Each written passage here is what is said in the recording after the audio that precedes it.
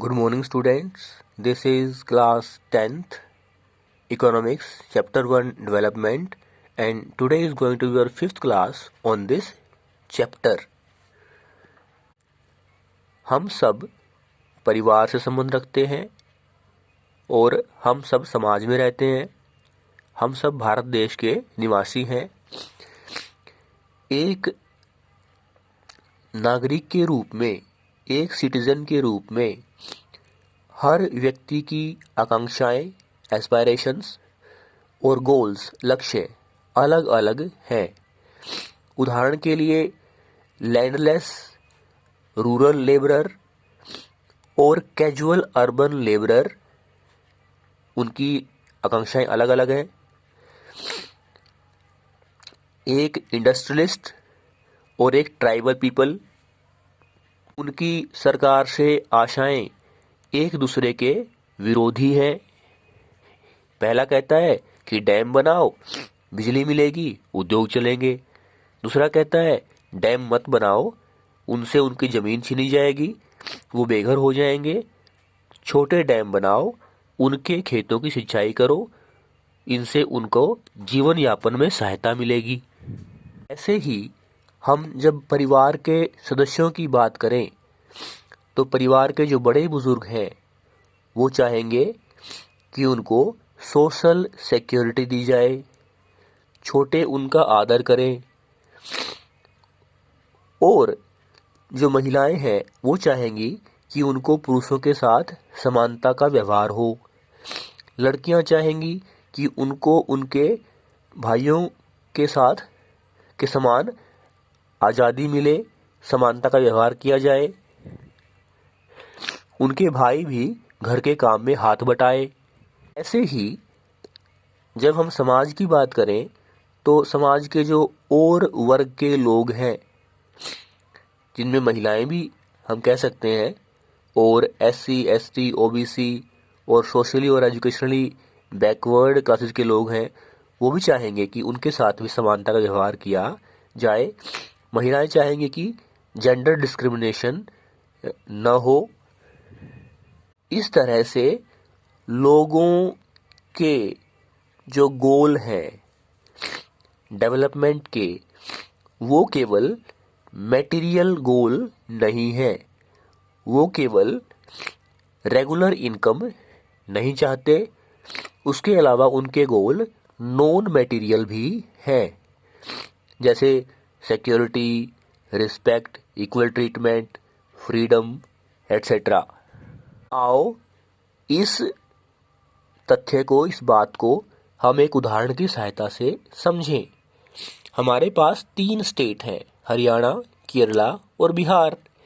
जो हरियाणा है, 2015-16 सेशन के अनुसार हरियाणा के लोगों की जो पर कैपिटा इनकम है, प्रति व्यक्ति जो आय है, वो 1,62,034 रुपये है। केरल के लोगों की जो प्रति व्यक्ति आय है वो 1,55,516 रुपये है। और बिहार के बिहार के व्यक्ति की प्रति व्यक्ति आय 34,168 रुपये है।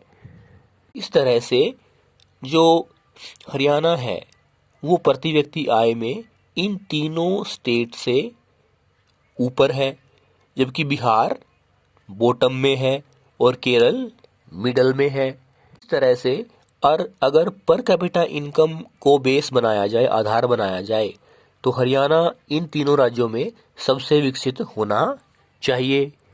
यहाँ हम ये समझ लें कि पर कैपिटा इनकम निकालने के लिए हमें जो राज्य है, जो देश है, उसकी टोटल पॉपुलेशन को उस रीजन की टोटल इनकम से डिवाइड करना होता है, तभी जो एवरेज पर्सन की जो इनकम है वो आती है, जिसे पर कैपिटा इनकम कहा जाता है।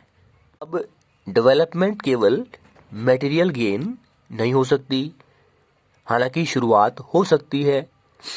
अब आओ एक और उदाहरण से समझें। केरल राज्य में प्रति 1000 जो बच्चे हैं जन्म लेने वाले बच्चे, इन्फेंट, उनमें प्रतिवर्ष 12 की मृत्यु हो जाती है। ये 1000 बच्चों के पीछे, जो 1000 बच्चे हैं प्रतिवर्ष जन्म लेते हैं, उनमें 12 बच्चे 1 साल के होने से पहले उनकी मृत्यु हो जाती है, जिसे इन्फेंट मोर्टेलिटी रेट कहा जाता है। हरियाणा में infant mortality rate per year 36 children है, यानी उसका 3 गुना मान सकते हैं, या केरल का double, 2 times more than that of Kerala. Kerala is 12 while Haryana is 36। जबकि पर कैपिटा इनकम में हरियाणा केरला से ज़्यादा है, और इन्फेंट मोर्टेलिटी रेट में हरियाणा केरला से, मतलब इन्फेंट मोर्टेलिटी रेट में जो केरल है वो बेटर पोजीशन पे है हरियाणा से। कल्पना कीजिए कि एक बच्चा जो आपके घर जन्म लेता है और वो अपना पहला बर्थडे आप उसका मना नहीं पाते, उससे पहले उसकी मृत्यु हो जाती है। और ये जो जानकारी है ये 2015 के अनुसार है। आज हमें आज़ाद हुए 70 वर्ष हो चुके हैं, उससे ज़्यादा हो चुके हैं। जब हमारी अर्थव्यवस्था दुनिया की तेजी से बढ़ती हुई अर्थव्यवस्थाओं में से एक है, और हमारा लोकतंत्र दुनिया के सबसे बड़े सफल लोकतंत्र है। इन्फेंट मोर्टेलिटी रेट के बाद हम देखते हैं नेट अटेंडेंस रेशो।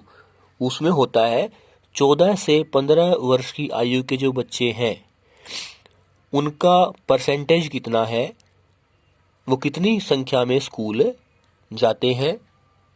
बिहार की अगर हम बात करें तो 14 से 15 वर्ष की आयु के बच्चों में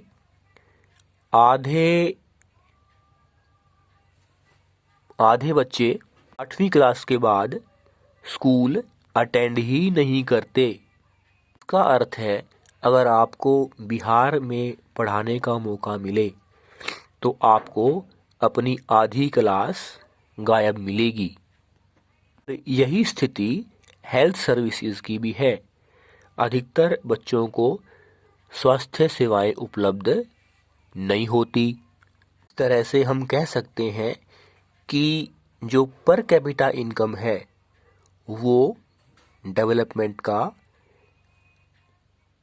जो ओनली मेजर नहीं हो सकती। थैंक्स।